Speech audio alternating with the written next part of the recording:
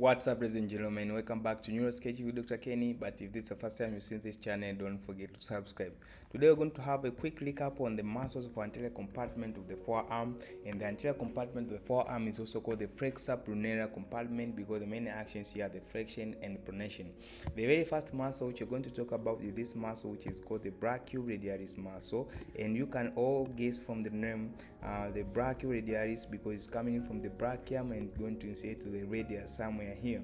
This muscle is a muscle of anterior compartment, but it has a lot of exceptions when compared to the muscles for anterior compartment proper. For example, the muscles of anterior compartment are expected to take their origin from the medial epicondyle, but you can see this muscle is coming in from the lateral surface just above the lateral epicondyle.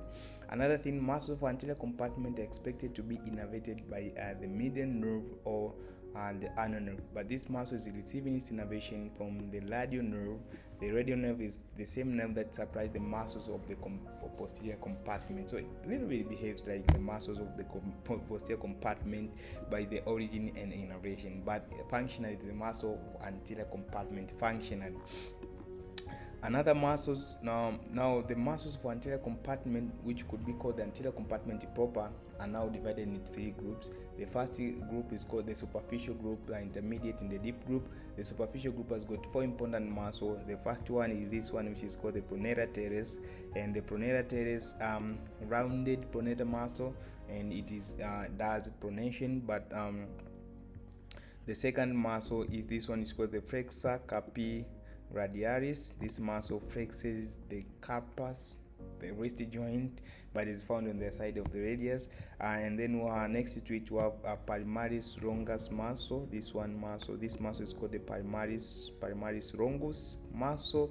And then the last muscle in the superficial group, is called the flexor carpi adnalis. It flexes the carpus, flexes the wrist, but it's found on the side of the ulna. This is why it's called the flexor carpi adnalis muscle. In the intermediate group, we only have one muscle. This muscle is called the flexor digitorum superficialis. Flexor digitorum superficialis. It flexes what? Digits, but it's superficial because we have a deep one. Let me hide this one and take the deep group. Now we have three important muscles in the deep group. The very first one is the famous flexor digitorum profundus. The flexor digitorum profundus. This is the deep flexor muscle. What does it flex? It flexes the digits, right? And then we also have the flexor pollicis. This is the flexor pollicis longus, the flexor pollicis longus muscle. And lastly, we have the quadratus, pronator quadratus. This muscle pronates does the pronation in this movement of the radius towards the ulna, and it's quadratus because of the shape.